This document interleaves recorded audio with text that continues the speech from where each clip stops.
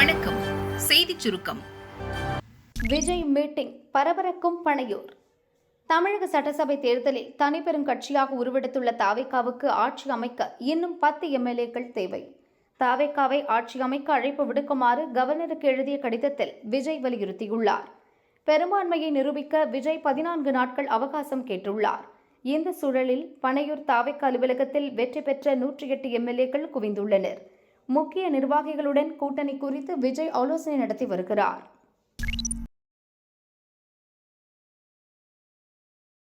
இடதுசாரிகள் மற்றும் விடுதலை சிறுத்தைகள் நீண்ட காலமாக நாங்கள் மதசார்பற்ற அரசியல் களத்தில் இணைந்து பயணித்து வருகிறோம். எதிர்காலத்திலும் முக்கியமான அரசியல் முடிவுகளை இணைந்தே எடுப்போம். இது குறித்து இப்போது நீங்கள் எழுப்பிய கேள்வி குறித்து நாங்கள் இதுவரை எதுவும் சிந்திக்கவில்லை, முடிவெடுக்கவில்லை.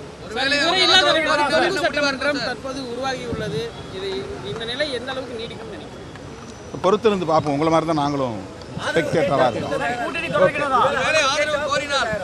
அது உங்களுடைய யூகமான கேள்வி. அது யூகமான கேள்விக்கு யூகமாக பதில். குமரியில் விஜய்க்கு பெரிய அடி, ஆனாலும் நம்பிக்கை.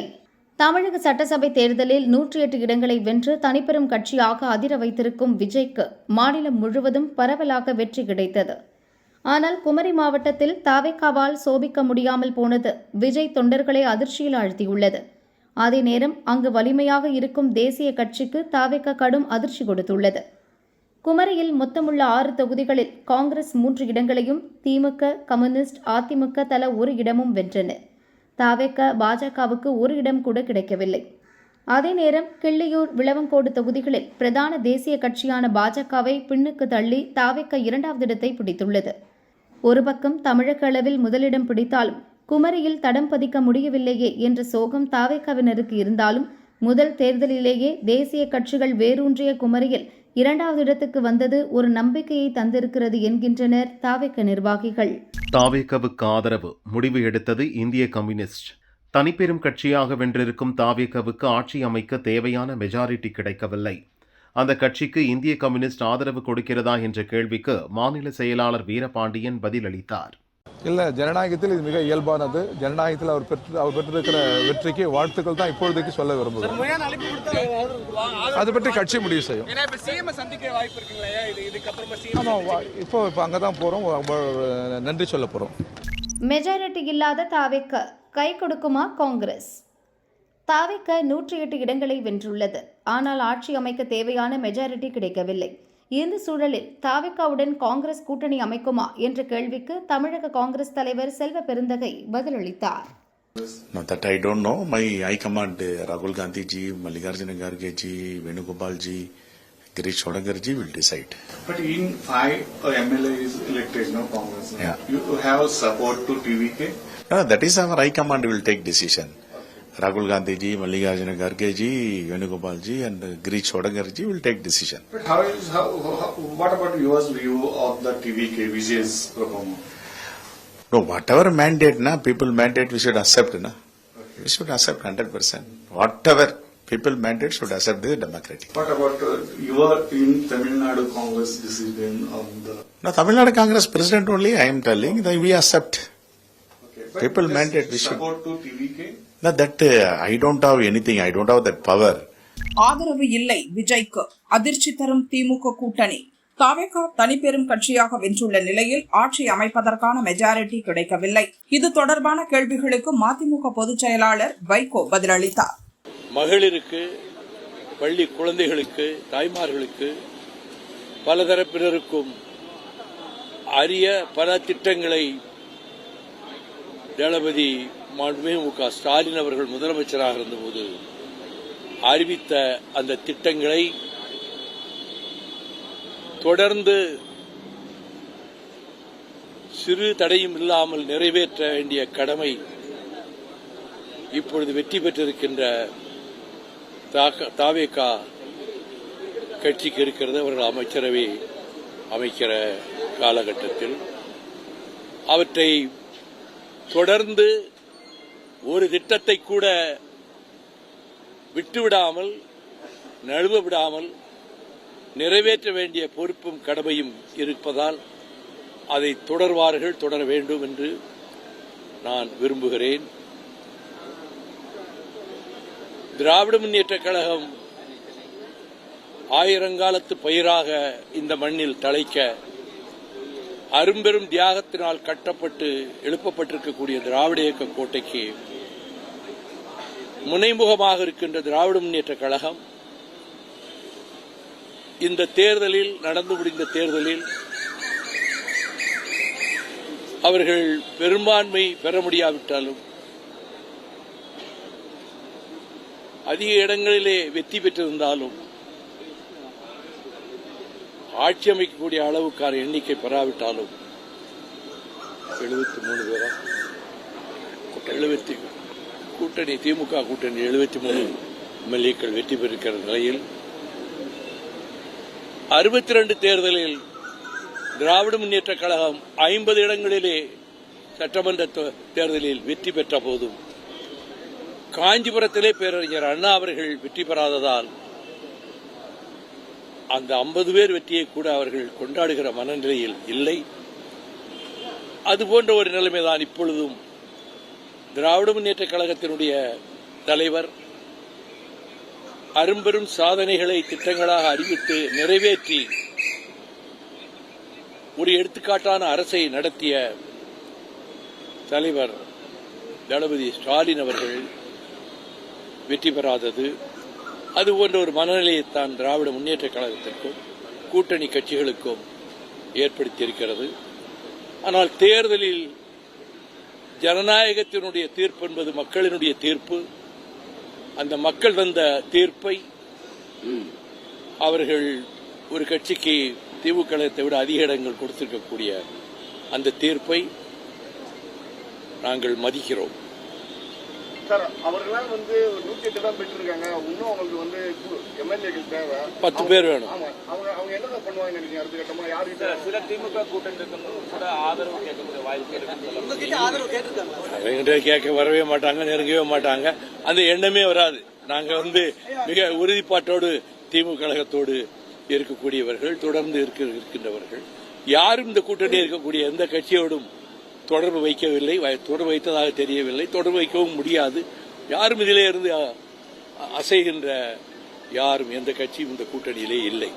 தேர்தல் முடிவுகள் என்ன உணர்ந்து நீண்ட காலமாக தேர்தல் அரசியல் இருக்கீங்க, இப்படியான ஒரு ரிசல்ட் தமிழ்நாட்டு எப்போதும் பார்க்காதவங்களே அதை எப்படி பார்க்கணும்? மக்கள் தீர்ப்பு என்பது ஏற்று மதிக்கப்பட வேண்டிய ஒரு ஜனநாயகத்தில், அவ்வளவுதான். ஆனால் திராவிட முன்னேற்ற கழகம் அரும்பெரும் சாதனைகளை ஆட்சி காலத்திலே நிகழ்த்தியிருக்கிறது. அவற்றை தொடர வேண்டிய கடமை ஒருவேளை அரசு அமைக்கின்ற கட்சிக்கு இருப்பதால் அவர்கள் தொடர்வார்களா என்பதும் தொடர வேண்டும் என்பதும் எங்களுடைய கருத்தாகும்.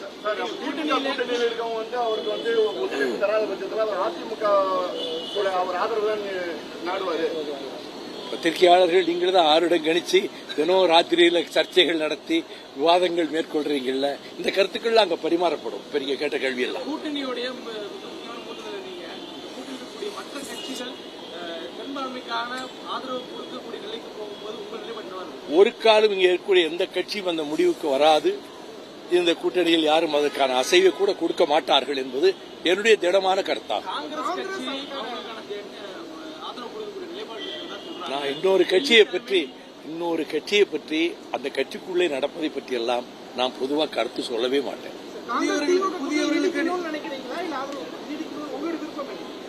இந்த கூட்டணி நீடிக்கும் என்பதுதான் என்னுடைய திடமான நம்பிக்கை.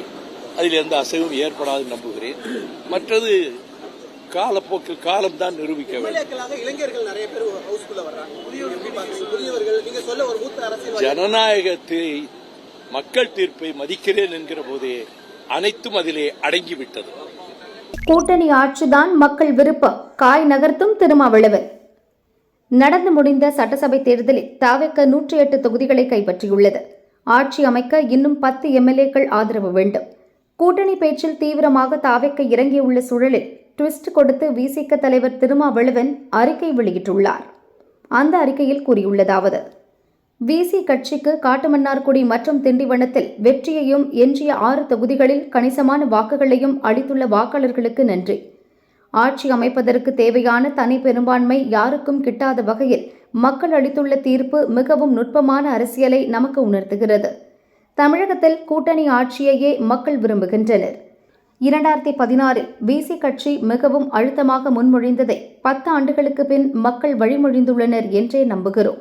எங்கள் கட்சி கணித்தபடியே சட்டசபையில் தொங்கு நிலை உருவாகியுள்ளது. கைக்கு எட்டியது வாய்க்கு எட்டவில்லை என்கிற வகையில் தாவேகாவுக்கு தனி பெரும்பான்மையை வழங்காமல் தனித்து ஆட்சி அமைக்க முடியாத நெருக்கடியை உருவாக்கியுள்ளது. எமது கூட்டணிக்கும் ஆட்சி அமைக்கும் வாய்ப்பை அளிக்கவில்லை. இத்தேர்தலில் எமது இலக்கு தமிழ் மண்ணில் மதசார்பின்மையை பாதுகாப்பதே. தாவேகாவை எமது எதிர்ப்பின் முதன்மை இலக்காக முன்னிறுத்தவில்லை என கூறியுள்ளார். தேர்தலுக்கு முன் கூட்டணிக்கு வந்தால் ஆட்சியில் பங்கு என்ற கருத்தை விஜய் முன்வைத்திருந்தார். இப்போது திருமாவளவனும் அதே கருத்தை முன்வைத்து அரசியல் காய்களை நகர்த்துவதால் களம் சூடு பிடித்துள்ளது. மெஜாரிட்டிக்கு தாவேகா செய்யும் ரகசிய சம்பவம்.